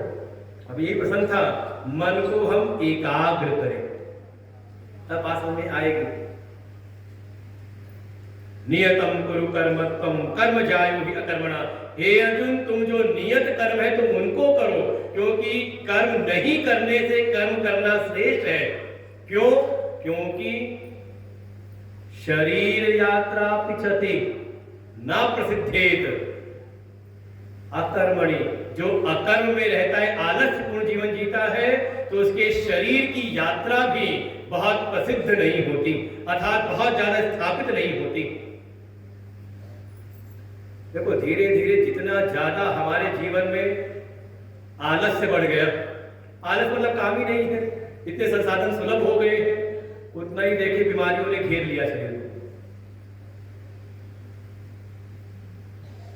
जितने हमारे दिन भर के, अच्छा दिन भर में पहले ऐसे घर गृहस्थी में ऐसे कार्य होते थे, घर गृहस्थी में, खेती में, दुनिया भर के ऐसे काम होते थे कि आपके शरीर की जो कसरत है अपने आप हो जाती थी। अब वो कसरत होती नहीं, तो फिर आते हैं कोई फिजियोथेरेपिस्ट के पास, एक्सरसाइज किया करो। और देखो ज्यादातर जितनी भी कसरतें वो यही है, आपके सारे शरीर के अंगों को हिलाते रहो। आपने बहुत दिन तक अगर हाथ तो नहीं हिलाया ऊपर, तो एक दिन अचानक आप हाथ ऊपर करोगे और हाथ ऊपर होगा नहीं, है तो नहीं किसी को ये? तो एक बीमारी निकल गई, फ्रोजन शोल्डर।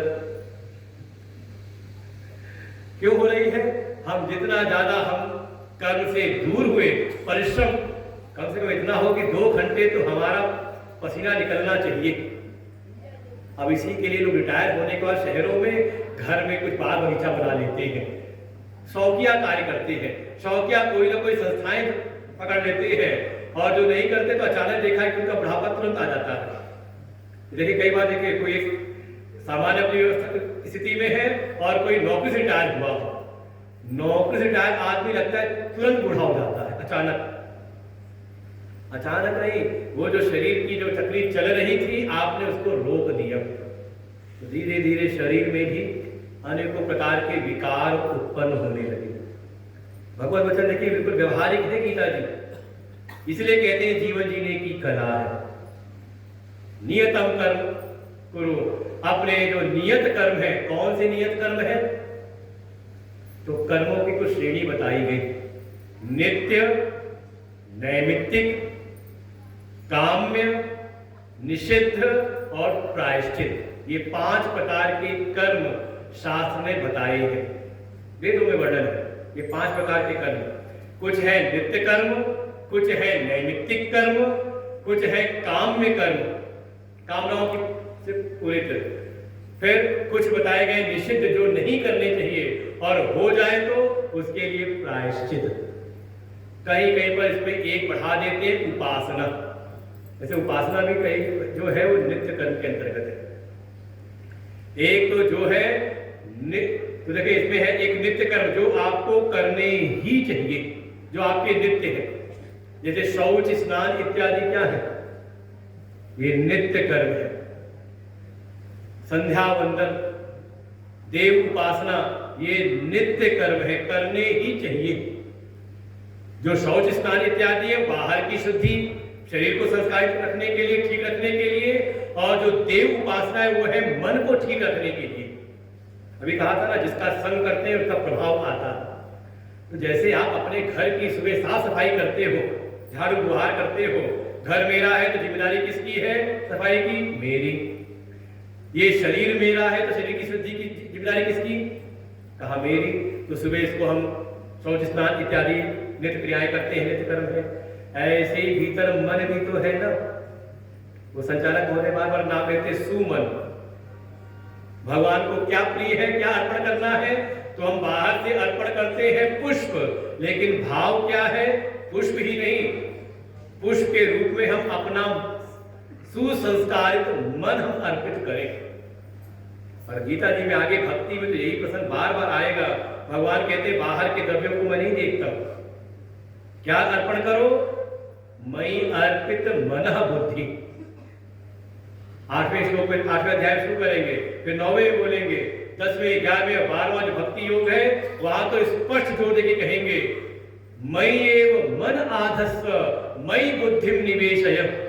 अपने मन को मुझ में स्थापित करो, अपनी बुद्धि को मुझ में निवेशित करो।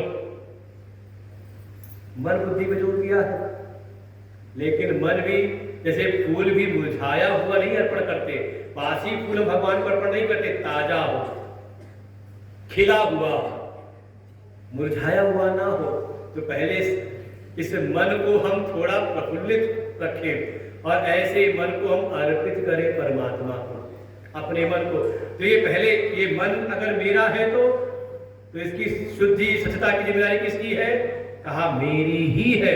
इसलिए देव उपासना नित्य कर्म है। संध्या वंदन, जो संधि काल है उस समय हम सचेत होकर, सजग होकर के देव उपासना में संलग्न हो। ये नित्य कर्म है, नियम है, करना ही चाहिए, इसमें चॉइस नहीं है। इन नित्य कर्मों को करने का कोई बहुत पुण्य नहीं माना गया, पुण्य नहीं होता नित्य कर्म करने का, ये बहुत सावधानी समझे इस बात को। लेकिन अगर इन नित्य कर्मों को कोई न करे तो पाप होता है। अकरणे च प्रत्यवाय, प्रत्यवाय नाम का दोष है। अब ऐसी समझ लो इसको कि अच्छा स्नान करना नित्य कर्म है और आप ना करो, 2 दिन, 4 दिन, महीना, 4 महीना, तो शायद हो सकता है जब यहाँ आके बैठोगे ना तो अगल बगल वाले थोड़ा दूरी बना लेंगे, क्योंकि कहीं ना कहीं कुछ दोष भीतर है कि नहीं करने का। अच्छा रोज नहा रहे, क्या फायदा हो रहा है रोज नहाने से? कोई फायदा दिखता नहीं, लेकिन नहीं करेंगे तो दोष संभावित है। इसका नाम है नित्य कर्म। हमारे शास्त्र में कुछ नित्य कर्म बताए हैं कि वो हमें करना ही चाहिए। और फिर दूसरा है नैमित्तिक कर्म, कोई निमित्त पड़ जाए। तो उस समय जो कर्म सामने आते हैं उनको कहा नैमित्तिक कर्म। और नैमित्त पढ़ने पर नैमित्तिक कर्म करते समय अगर नित्य कर्म छूटे तो वो दोष नहीं होगा, क्योंकि ये कुछ समय के लिए आया हुआ है, समय पूरा हो गया वापस नित्य कर्म को कर सकते हैं। लेकिन निमित्त पड़ गया तो उस नैमित्तिक कर्म पर विशेष, जैसे घर में कोई आयोजन हो गया, शादी हुआ, अब देखो शादी हुआ, कन्या का विवाह या कोई ऐसा आयोजन है तो आपके नित्य कर्म होता छूट सकते हैं, तो कोई दोष नहीं है, बहुत रूढ़ ना हो उससे। जो निमित्त पड़ा हुआ है उसको ज्यादा प्रधानता दे, ये सही समझ है। और कोई अड़ा रहे, अरे कहा करे सत्संग में क्यों नहीं पूछा, क्यों नहीं आए, अरे हमारा वो रोज का काम रहता था ना, अरे पूजा के समय तो सत्संग रखा आपने, हमारी संध्या रहती थी उस समय।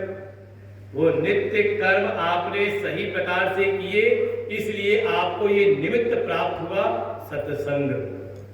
तो सत्संग करते समय अगर आपके वो नित्य कर्म छूट रहे हैं, क्योंकि सत्संग नित्य नहीं नैमित्तिक है, तो कोई दोष नहीं। और अगर ये नित्य नैमित्तिक कर्म अगर छूट जाए या अनजाने कोई निषिद्ध कर्म हो जाए तो उसके लिए बताया प्रायश्चित करना। मन के भीतर कोई विशेष कामना है तो हम जब कोई कर्म करते हैं, जैसे पुत्रेष्टि यज्ञ, किसी कामना विशेष के लिए आपने कोई अनुष्ठान किया, हमारा स्वास्थ्य ठीक रहे, महामृत्युंजय का जप कराया हमने, तो क्या होगा, ये काम में कर रहे, इच्छा से प्रेरित होकर। और पांचवा था निषिद्ध, जो मना किया गया नहीं करना है, हो जाए तो प्रायश्चित करें। तो इसमें जो नित्य और नैमित्तिक है, इनको एक साथ लेकर के कह दिया नियतम, जो कर्म नियत है, जो करने ही चाहिए। हे अर्जुन, तुम अपने नियत कर्मों को करो, इनका त्याग मत करो किसी स्थिति में, जैसे भी हो अपने नियत कर्मों के प्रति सजग रहे। क्यों? क्योंकि इन नियत कर्मों को जो नहीं करते, उनसे करने वाले, भले बहुत अभी समझ नहीं पड़ी हमारी, बहुत जानबूझ के हम नहीं कर पा रहे उसको, लेकिन कर रहे हैं तो कभी ना कभी उसका प्रभाव जीवन में आएगा। और तो और जो ये कर्मों का त्याग कर देते हैं तो उनके शरीर की यात्रा, ये शरीर का स्वास्थ्य का ये भी बहुत सही नहीं चलता, इसमें भी कहीं ना कहीं समस्याएं आती हैं। आपको किसी से अगर मीठे मीठे में बदला लेना हो ना, उसको ऐसी व्यवस्था में बैठा दो उसको कुछ ना करना पड़े, खाना पीना कपड़े सोना सब उसको वही बढ़िया fully air condition attach latrine bathroom कमरा दे दो और खूब उसकी सेवा कर दो, 4-6 महीने बीमार पड़ जाएगा। और ये बीमारी का, हमारा भी बीमारी का कारण है आलस्य पूर्ण जीवन। भगवान कह रहे हैं शरीर की। और भी दूसरी बात देखें तो शरीर में, इस जगत को अगर आप देखें, इस जगत में जिसकी भी शरीर यात्रा प्रसिद्धि को प्राप्त हुई है तो उसमें हेतु कर्म है। अरे अभी किसी को विशेष उपलब्धि प्राप्त हुई और उसको बहुत दिन तक वो खुशी में घूमते रहे, तो हमने देखा कि उसके पीछे भी, चलो 100 नहीं पहुंचे, 99 रहे, लेकिन उसके पीछे उन्हें कर्म किया कि नहीं किया, कुछ तो किया ना, समझ गए, कर देश का कसम भ्रमण तो किया ना, कुछ तो किया ना। अगर कोई भी उपलब्धि किसी को भी जगत में प्राप्त हुई है तो उसमें हेतु कर्म ही है। निठल्ले आदमी को बहुत उपलब्धियां नहीं मिलती, बल्कि जो प्राप्त उपलब्धियां हैं उसको भी वो व्यर्थ कर देता है, इसलिए भी कर्म करना चाहिए। अब बात आती है मन के भीतर एक शंका, घोरे कर्म, ये घोर कर्म, क्योंकि लगता क्या है मन के भीतर कि ये जो जीवन के कर्म है यही तो बंधन के कारण बन रहे हैं। हम कर्म कर करके ही तो कर्म बंधनों में फंसे हुए हैं। अविद्या काम कर्म ग्रंथि कही गई हमारे उपनिषदों में। तो जब ये कर्म बंधनकारी है तो मैं फिर इनको क्यों करूं? हमने एक दिन निवेदन किया था, चिंतन था, कल ही आया था कि जैसे ही आप कोई चेष्टा, कोई क्रिया करते हो तो वो कर्म 2 श्रेणी में जाता है, या तो पाप या तो पुण्य। धर्म से युक्त है तो हो गया पुण्य, और धर्म के विपरीत है तो वही हो गया पाप। तो पुण्य का फल है सुख, पद, प्रतिष्ठा, और पाप का फल है दुख संताप। इसीलिए कहा काहू न को सुख दुख कर दाता, निज कृत कर्म भोग सब भ्राता।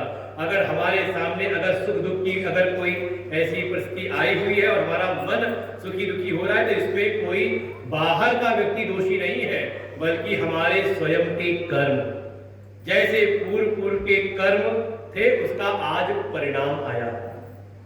ये परिस्थितियां सुखी दुखी नहीं करती, क्योंकि जैसी आप सुख की परिस्थितियों की आप कल्पना करते हो, वैसी सुख के संसाधन किसी पर भरे पड़े हैं, लेकिन वो भी दुखी है। समाज को खोलिए आंखों से देखो। अब ये क्या है ना कि हम एक सीमित दायरे में रहते हैं, जिनका दायरा ज्यादा व्यापक है उनको देखें तो अनुभव होगा, और हम लोग की तो क्या बात कही जाए। हम लोग के लिए एक नाम है अनिकेत। हम लोग का कोई घर नहीं है, एक घर था वो छोड़ दिया तो आ गए गुरुजी के आश्रम में, और वहां भी टिक के रहने को मिलता नहीं, चाहे आश्रम कितने भी हो। क्यों अभी 7 दिन आप क्या रहे हैं, यहाँ से निकलेंगे अगले दिन लखनऊ, उसके बाद फिर मेरठ, मेरठ से फिर वापस लखनऊ, बस यही चलता है। फिर वापस जहाँ सत्संग है, जहाँ कार्यक्रम है, वहीं पे रहना है। कोई तो जा के देखते हैं, लगता है अकल्पनीय कहीं पे संसाधन है, लेकिन वहीं रहने वाले जब मौका मिलता है तो जब अपने मन की पीड़ाएं बताना शुरू करते हैं तो अरे कुछ नहीं, कभी कई बार होता है टहलते हुए कभी किसी बात होती और कैसे हो, अरे सब बढ़िया है, बड़ा अच्छा चल रहा है।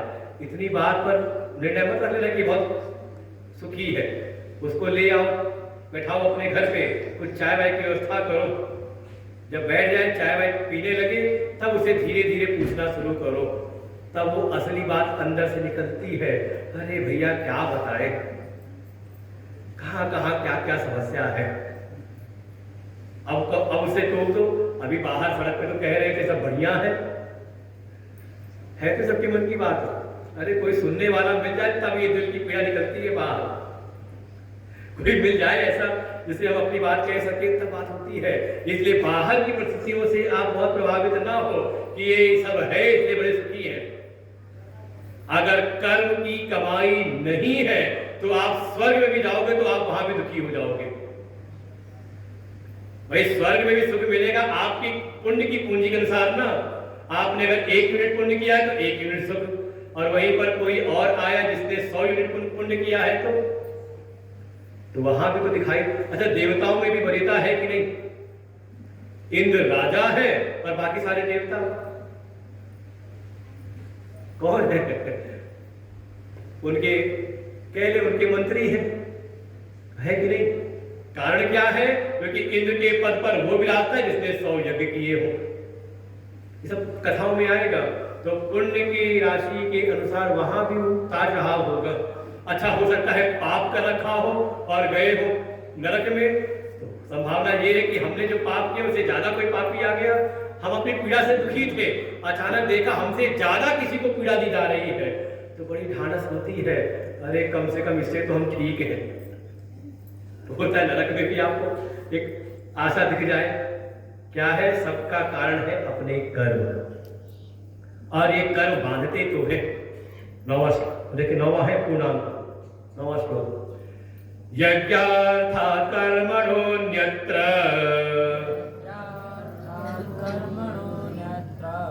लोकोऽयं कर्म बन्धनः तदर्थं कर्म कौन्तेय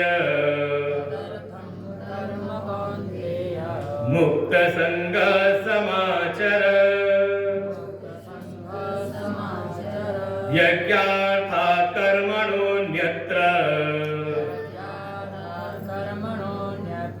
लोकोऽयं कर्म बन्धनः तदर्थं कर्म कौन्तेय मुक्त संगः समाचर।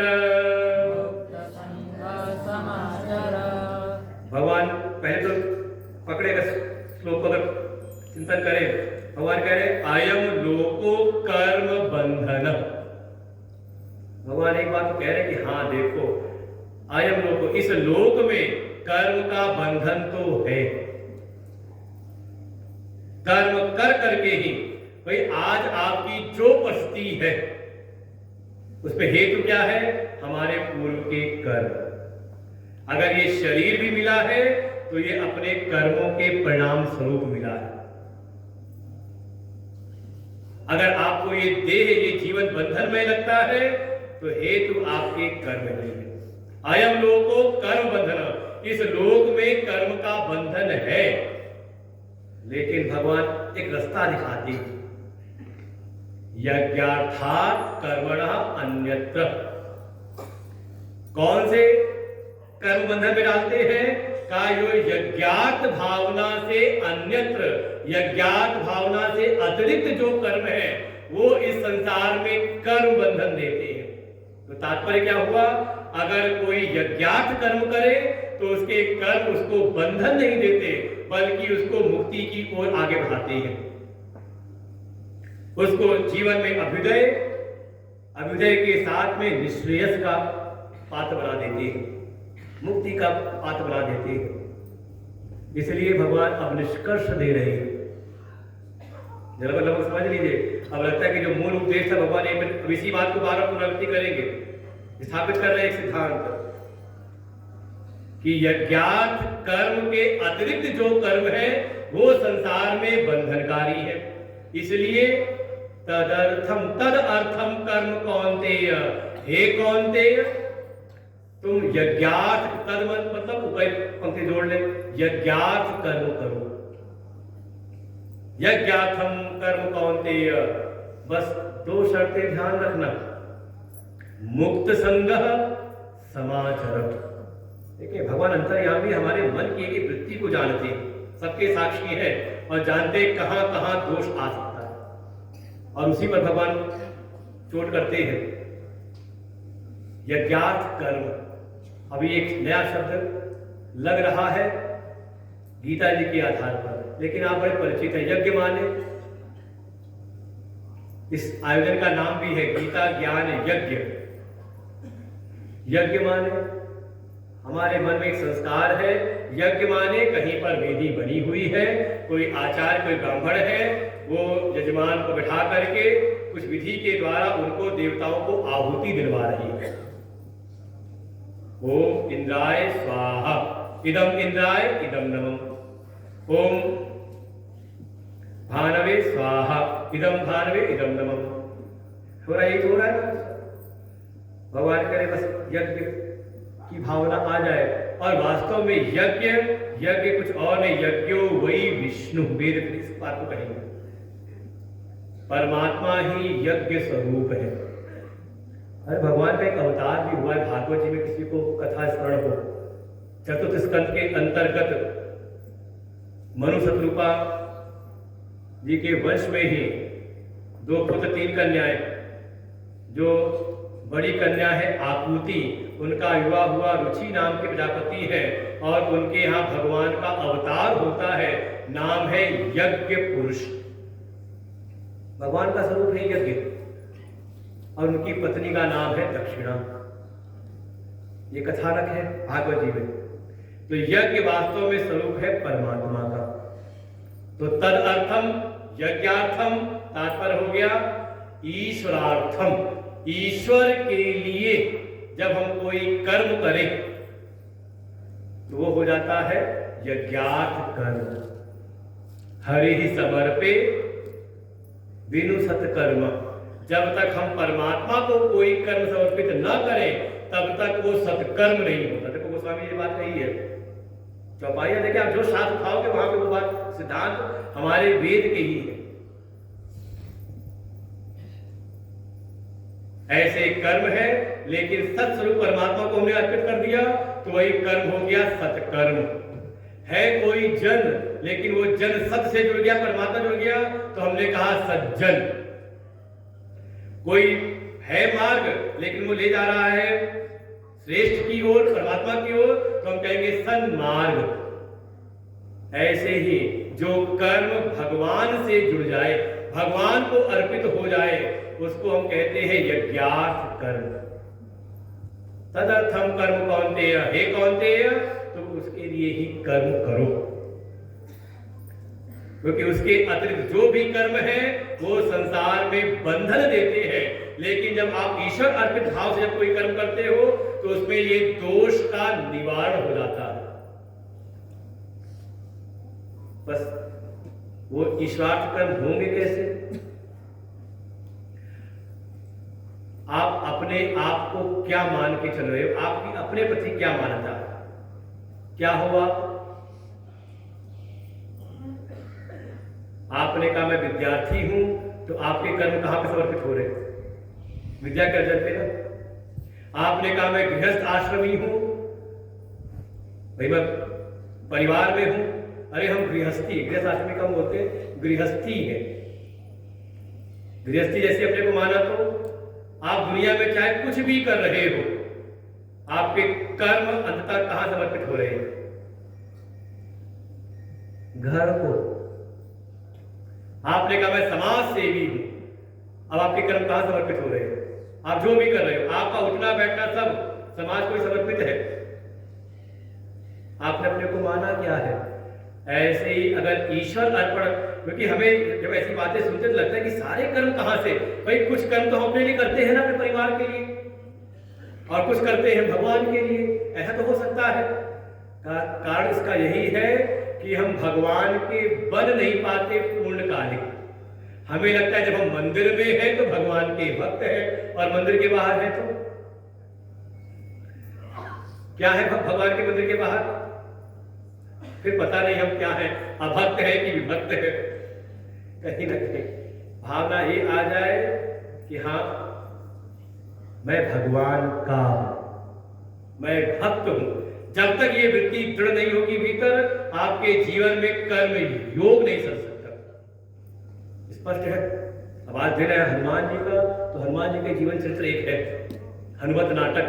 5 प्रसंग आता है जब भगवान राम से उनकी पहली भेंट हुई, तो पहले सुग्रीव ने भेजा था, और हनुमान जी ब्राह्मण बनकर के आए थे, ब्राह्मण वेश में आकर के उनका परिचय पूछा था कि आप कौन हैं, और फिर लक्ष्मण के माध्यम से परिचय दिया।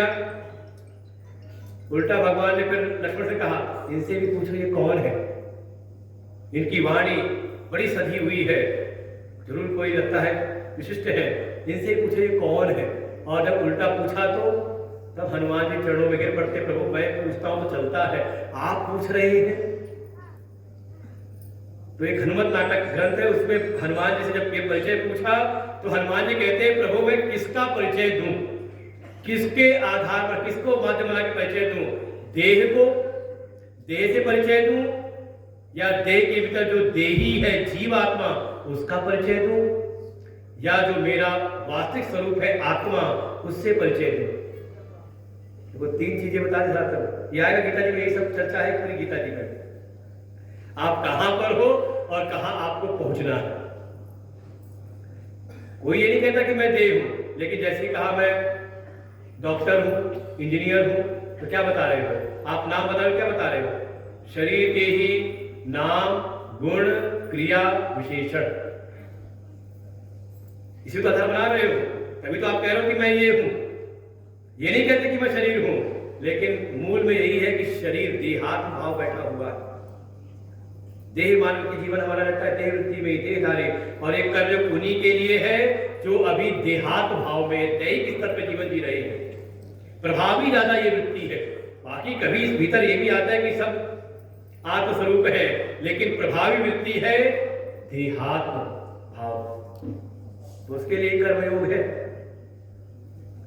तो हनुमान जी परिचय देते हैं, देह दृष्ट्या तु दासोहम, जीव दृष्ट्या तदंशकः, वस्तुस्तु त्वमेवाहम् इति मे निश्चितामति।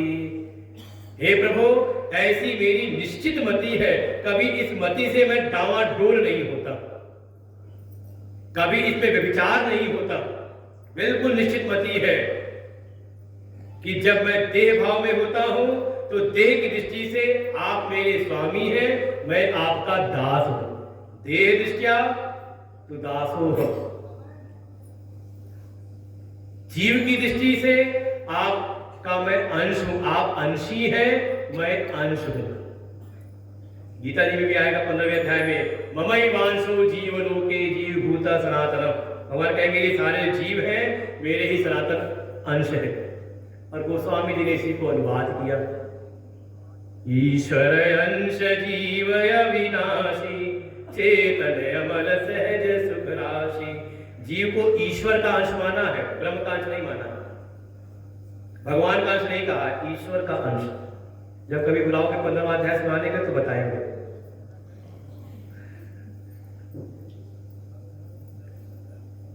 देह की दृष्टि से मैं आपका सेवक दास हूं, जीव की दृष्टि से आप अंशी हैं, मैं आपका अंश हूं।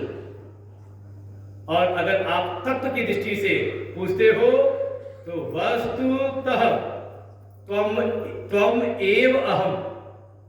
अगर आप तत्तः वस्तुतः अगर आप पूछना चाहते हैं मेरा परिचय, तो जो आप हैं वही मैं हूं, जो मैं हूं वही आप है। देखो तीनों धातल आ गए। अब बस यही बताया इसीलिए है, अब विचार करो आप कौन से धरातल पर हो। अगर आपके जीवन में देह भाव ज्यादा दृढ़ है तो थोड़ा उससे ऊपर उठो।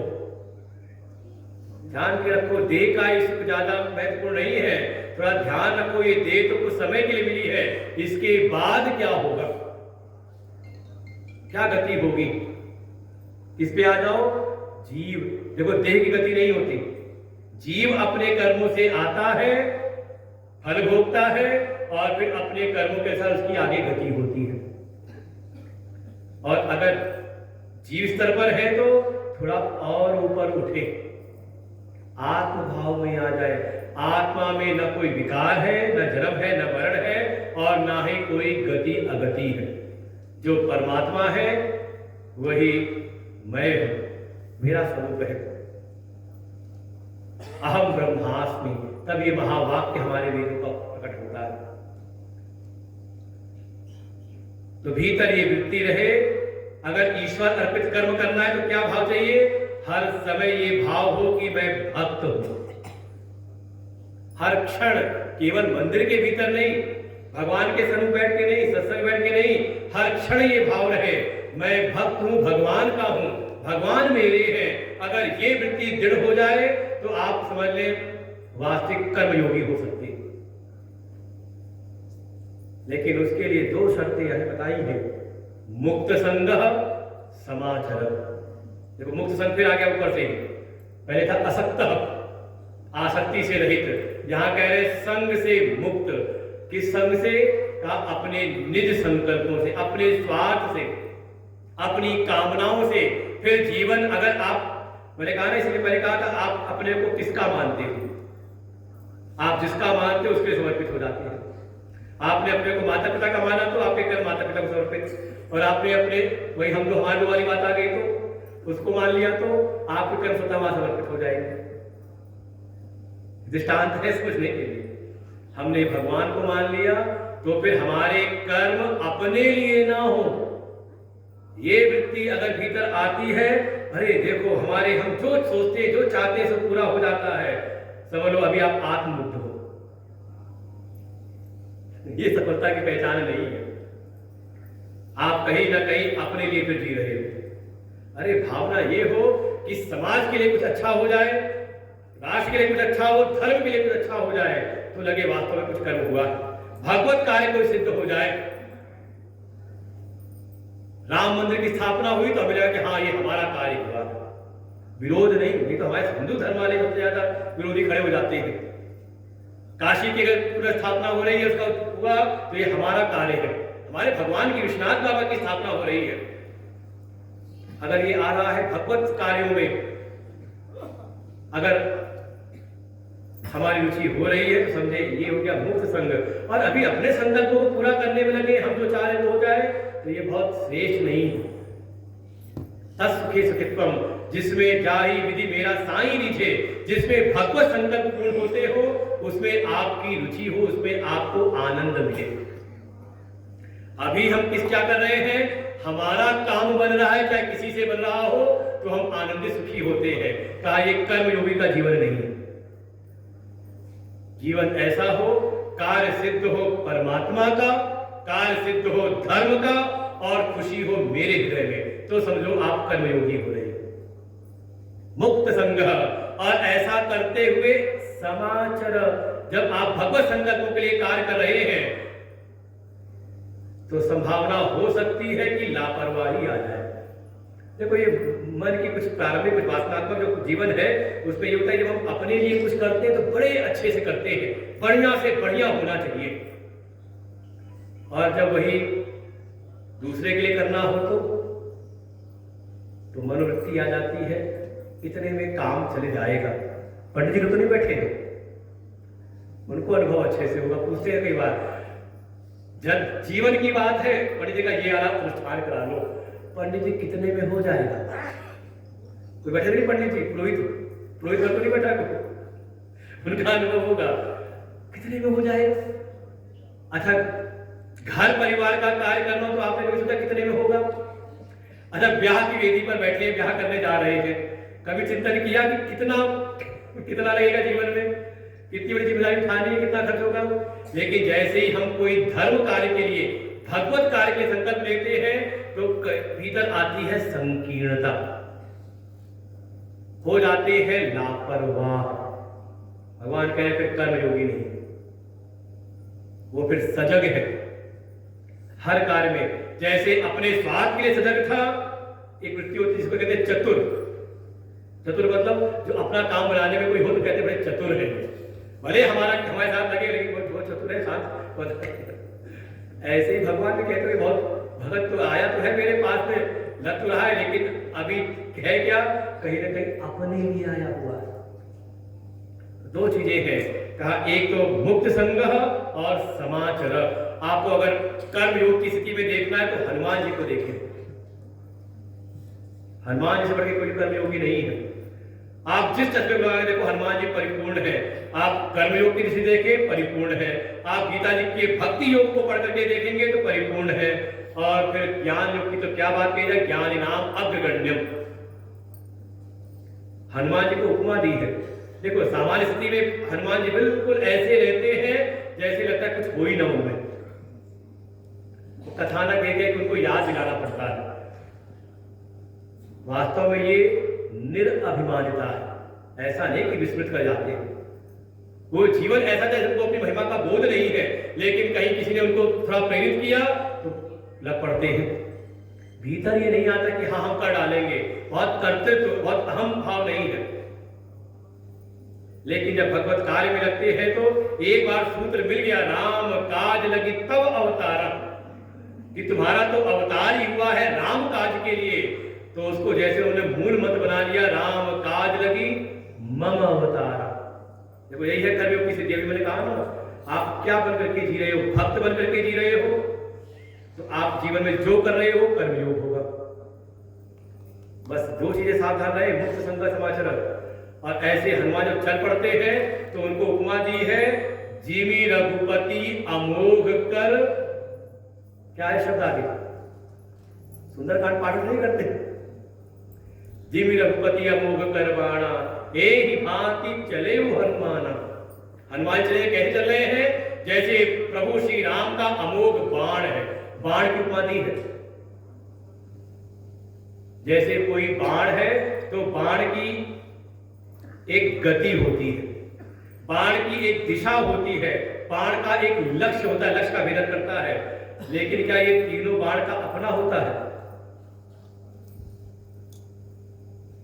बाण तो जड़ है, उसका अपना है। का बाण का ये तीनों तो है उसमें, लेकिन उसके तीनों अपने नहीं है। किसके हैं? का जिसका वो बाण है, बाण का संधान करने वाला है, उसके हैं ये तीनों। ऐसे ही जीवन में हमारा लक्ष्य हो तो वो संकल्प अपना ना हो, गति हो तो अपने लिए ना हो, दिशा है बिल्कुल स्पष्ट, ऐसा कोई हो। और जब वो कार्य में लगता है, हम तो कहते हैं हमारे समय के जो संतों का आशीर्वाद मिलता है इसलिए दिखाई देता है। अगर यशस्वी प्रधानमंत्री है तो यश क्यों बढ़ रहा है उनका, वो दिखाई देता है, अनुप्राणित है चीजों से। कहीं ना कहीं बिल्कुल स्पष्ट राष्ट्र धर्म सर्वोपरि कर रखा है, सनातन धर्म सर्वोपरि कर रखा है। और देखें किसी प्रकार की कोई डर नहीं, कोई निडरता नहीं, लोग डरते हैं कहीं ना कहीं, पता नहीं क्या होगा। अरे एक बार करके तो देखो, एक बार आप परमात्मा के लिए एक कदम आगे, प्रसंग आएंगे इसी में, आप एक कदम बढ़ाओ परमात्मा के कार्य के लिए, परमात्मा के संकल्प के लिए, परमात्मा आपको इतना ऊपर उठा देंगे कि आप कल्पना भी नहीं कर सकते। अरे ये तो हम लोग के जीवन का अपना अनुभव है। जो जो छोड़ा था उसे कहीं गुना बढ़ करके मिलता जा रहा है। चाहत न होते हुए भी कौन दे रहा है? भगवान का वचन है, इसी गीता के 9वें अध्याय में 22वां श्लोक है, योग क्षेमम वहाम्यहम्। ये एलआईसी वालों का वचन नहीं है, उनके लिए तो प्रीमियम भरना पड़ेगा। ये हमारी गीता का वचन है। भगवान कहते हैं उनके योग अर्थात जो उनको अप्राप्त है उसकी प्राप्ति कराता हूं, और जो उनको प्राप्त है उसकी रक्षा का भार मैं स्वयं वहन करता हूं। लेकिन कोई निष्ठापूर्वक करे तो, कोई आए तो इस कर्म योग के मार्ग में ईश्वरार्थ कर्म करने के लिए लगे तो बस मुक्त संग हो जाए, अपनी स्वार्थ भावना को न लेकर के आए, अपनी कामनाओं को लेकर के ना आए, भगवत संकल्प को आगे रखें, श्रेष्ठ संकल्प को आगे रखें, और थोड़ा सम्यक आचरण अच्छी प्रकार से अपने लापरवाही को किनारे करके उकताए हुए मन से नहीं ये कार्य करना है तो बिल्कुल उत्साह के साथ में, तो ऐसा कर्म योगी है। और आगे ये क्यों करना चाहिए? कई बार लगता है कि पता नहीं क्या इस शास्त्र पीछे पड़े हुए बताने के लिए, हम तो बढ़िया अपना जी तो रहे हैं। भगवान आगे संकेत करेंगे, ये जो यज्ञार्थ भावना है, ये जो त्याग की भावना है, ये यज्ञ की भावना ही मनुष्य की नैसर्गिक भावना है। अगर वो अपनी नैसर्गिक स्वाभाविक भावना से जीवन जीता है तो बहुत आराम से आगे बढ़ता चला जाता है। और जब वो कभी अपने स्वार्थ के लिए विचार करने, भाई आज तक परिवार क्यों टूट गए? परिवार टूटने लगे, समाज टूट गया, क्यों? क्योंकि सब अपने अपने लिए जीने लगे, अपने अपने स्वार्थों को सर्वोपरि कर दिया। चाहे कोई अपने आत्म स्वार्थों के लिए, कोई अपने वर्ग समाज के लिए, कोई अपने अपने क्षेत्र के लिए। लेकिन अगर सब मिलकर के एक दूसरे के करने लग जाए तो कहा ये जीव की स्वाभाविक वृत्ति है। तो हम लोग उसको कल सुनते हैं, आज यहीं पर विश्राम लेते हैं। ओम पूर्णमदः पूर्णमिदं पूर्णात् पूर्णमुदच्यते पूर्णस्य पूर्णमादाय पूर्णमेवावशिष्यते। ओम शांति शांति शांति। हरि ओम। श्री गुरुभ्यो नमः। हरि ओम। वो दो वृत्ति याद रखेंगे, एक ऐसा है जो बाहर से तो लग रहा है निवृत्त, लेकिन भीतर घमासान है, वृत्ति की क्या पराकाष्ठा है। भगवान कह रहे ये शोभनीय नहीं है। शोभन तो ये है कि बाहर से हनुमान जी है, बाहर से बिल्कुल शांत दिखते हैं हनुमान का, लेकिन भीतर से, बाहर से भी और भीतर से भी, भीतर बिल्कुल मन शांत हो, संयमित हो, संस्कारित हो, और फिर वृत्ति दिखाई दे। तो कहा ये है कर्म योग।